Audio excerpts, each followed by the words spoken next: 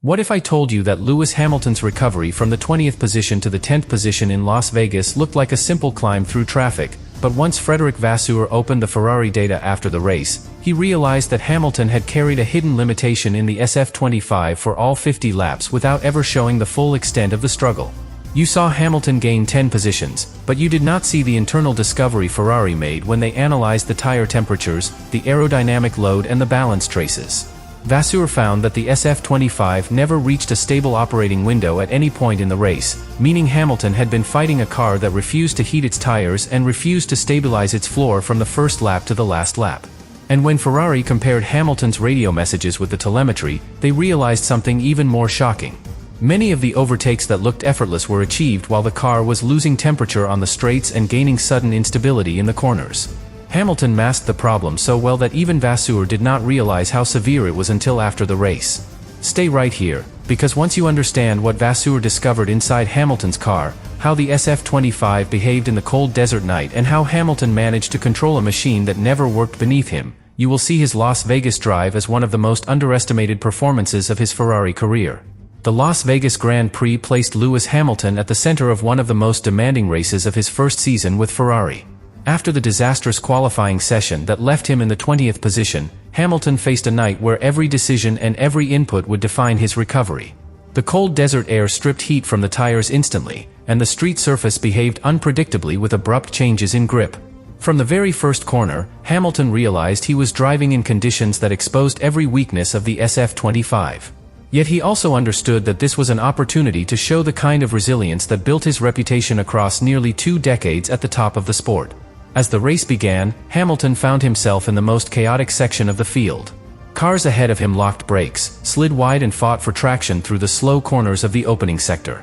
The cold tires made the SF25 reluctant to rotate, and Hamilton had to improvise to protect the front and rear axles. His radio messages revealed a driver who was attempting to stabilize the balance before committing to any attacks. He could not afford mistakes in a pack where one error often leads to heavy losses.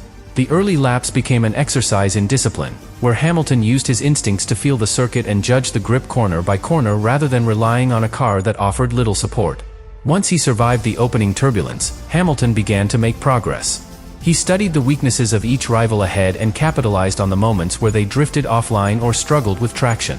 Ferrari monitored his recovery and saw that his racecraft was masking a deeper problem. The SF25 still refused to heat its tires properly. Hamilton compensated by taking cleaner lines and braking earlier, but the car remained unstable, especially when temperatures dropped on the straights. His ability to advance was less a product of raw speed and more a demonstration of reading the race with precision, finding opportunities while managing a car that resisted consistency. The strategic moment arrived when the field approached the pit window. Ferrari knew that the tires would cool dangerously if Hamilton rejoined the track in traffic, so they aimed to give him space. When Hamilton completed his stop, the cold tires immediately revealed the limitation of the SF25. He reported that the front slid as soon as he rejoined the circuit, forcing him to build temperature lap by lap. The challenge intensified because the Las Vegas straights removed heat faster than he could generate it. Ferrari understood through the data that they had placed Hamilton in the correct window strategically, but that the car itself was still fighting the conditions. During the middle phase of the race, Hamilton worked tirelessly to bring the tires into a usable state. His radio messages showed that the balance shifted unpredictably depending on where he was on the circuit. Some corners offered enough grip for a committed entry, while others forced him to adjust to sudden understeer or snap traction loss. Ferrari could see in the telemetry that the SF25 was oscillating between different behavior patterns depending on temperature, load, and speed. Hamilton adapted his driving to these fluctuations with an awareness that only an experienced champion possesses. His consistency in this unstable environment allowed him to continue climbing the order. In the final laps, Hamilton sat inside the top 10, but the work was far from easy. He continued reporting drops in temperature across different sectors, and the balance remained unstable. Still, he managed to defend his position, protect the tires and reach the finish without falling into mistakes. When he crossed the line in the 10th position, he had gained 10 places under conditions that punished every misjudgment. To the outside world it looked like a strong recovery drive. But inside Ferrari, Vasseur saw something far more complex. Hamilton had achieved this result while fighting a car that never behaved consistently through the entire race. That realization is what prepared the shock Vasseur would express once he reviewed the full data after the checkered flag. The fundamental issue that shaped Hamilton's entire Las Vegas race was the SF25's inability to generate and retain tire temperature across the full length of a stint. From the moment he left the grid, the cold desert surface pulled heat out of the tires faster than Hamilton could build it, forcing him to drive with a front end that felt unresponsive and a rear that lacked stability. Ferrari had already identified this limitation during qualifying, but the race confirmed that the problem was structural rather than situational.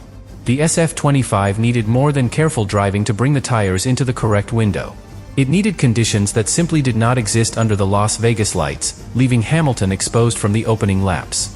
As Hamilton attempted to push forward, the imbalance became more obvious. The long straights allowed the tires to cool dramatically, and when he reached the braking zones, the car refused to rotate with the precision he needed. His radio messages revealed how he fought this behavior by modifying turn-in angles, adjusting brake pressure and trying to generate heat through longer arcs in slow corners. Yet every adaptation produced only temporary gains. Ferrari watched the temperature curves fall repeatedly, confirming that the SF25 was not responding to traditional heat-building techniques. Hamilton's ability to climb positions was the result of racecraft rather than mechanical cooperation. The lack of tire temperature also caused a deeper aerodynamic problem that punished Hamilton throughout the race. The SF25 depends heavily on a stable floor and consistent underbody airflow to produce downforce. When tire temperatures drop, the ride height increases slightly, which weakens the airflow beneath the car. This reduces downforce exactly when Hamilton needs it most. The telemetry Vasseur reviewed showed that the aerodynamic load fluctuated between corners, creating a pattern of instability that Hamilton had to anticipate manually. He drove with the awareness that the car might shift balance at any moment, especially during sequences where the grip changed abruptly across the surface. Traffic amplified these limitations further. As Hamilton worked his way through the back half of the field, he encountered cars struggling with their own grip issues. To complete overtakes, Hamilton had to brake offline, accelerate on cold rubber and commit to maneuvers that risked even greater heat loss. Each slide, each correction, and each defensive response from a rival forced the tires out of their already fragile window. Ferrari could see that Hamilton's progress looked assertive on the timing sheets, but internally he was navigating a much more delicate scenario. The SF25 was not giving him the platform to execute these passes comfortably. He had to calculate every move with precision. When Ferrari brought Hamilton in for his pit stop, they hoped that fresh tires would stabilize the balance. Instead, the cold track exposed the same vulnerability almost immediately. The front tires refused to warm in the out lap, and Hamilton reported that the car slid even through gentle inputs. The tires slowly gained some temperature, but never enough to provide predictability. The telemetry showed repeated dips, each one matching Hamilton's descriptions of understeer on entry and hesitation through the apex. Ferrari realized that the problem persisted regardless of tire age or stint length. The limiting factor was not tire wear or strategy. It was the SF25's structural inability to activate its rubber in low-temperature environments. By the final third of the race, the pattern was unmistakable. Hamilton had managed to climb 10 positions while driving a car that never reached its intended performance window. The temperature issues, the aerodynamic instability, the mid-corner imbalance and the unpredictable traction all pointed to a car that had fought him more than it had supported him. From the outside, the 10th place finish looked like a respectable recovery. But inside Ferrari, Vasseur recognized that Hamilton had extracted a result that far exceeded what the car should have been capable of delivering. This recognition formed the foundation for the shock he would express when the full data review revealed just how much Hamilton had overcome.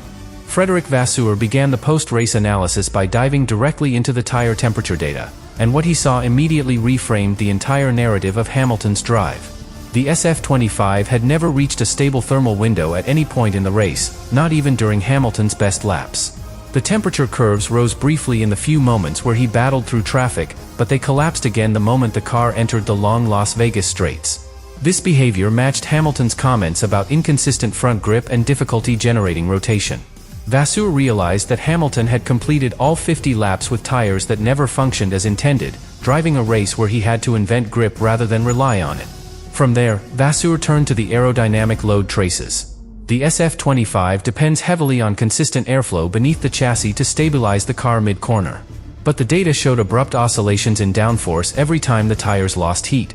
These drops were most apparent during the first and second sectors, precisely where Hamilton reported that the front end felt numb on entry and unstable during rotation.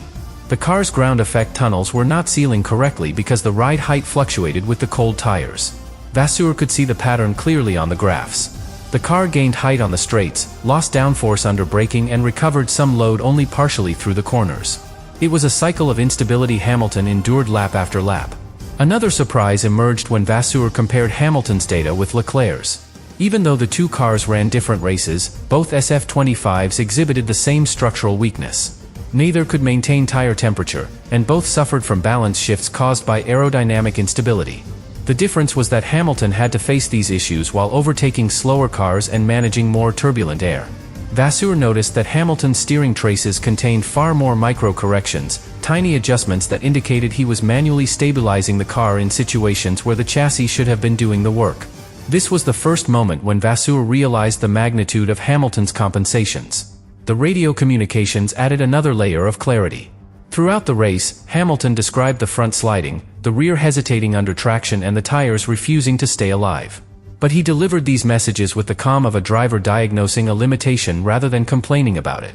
Ferrari's engineers saw in the telemetry that Hamilton adjusted his driving style constantly in response to these limitations, altering braking pressure, carrying smoother steering arcs and adapting his throttle application corner by corner. Vasseur understood that these changes had prevented the SF25 from falling into complete instability, especially during the most delicate phases of the race.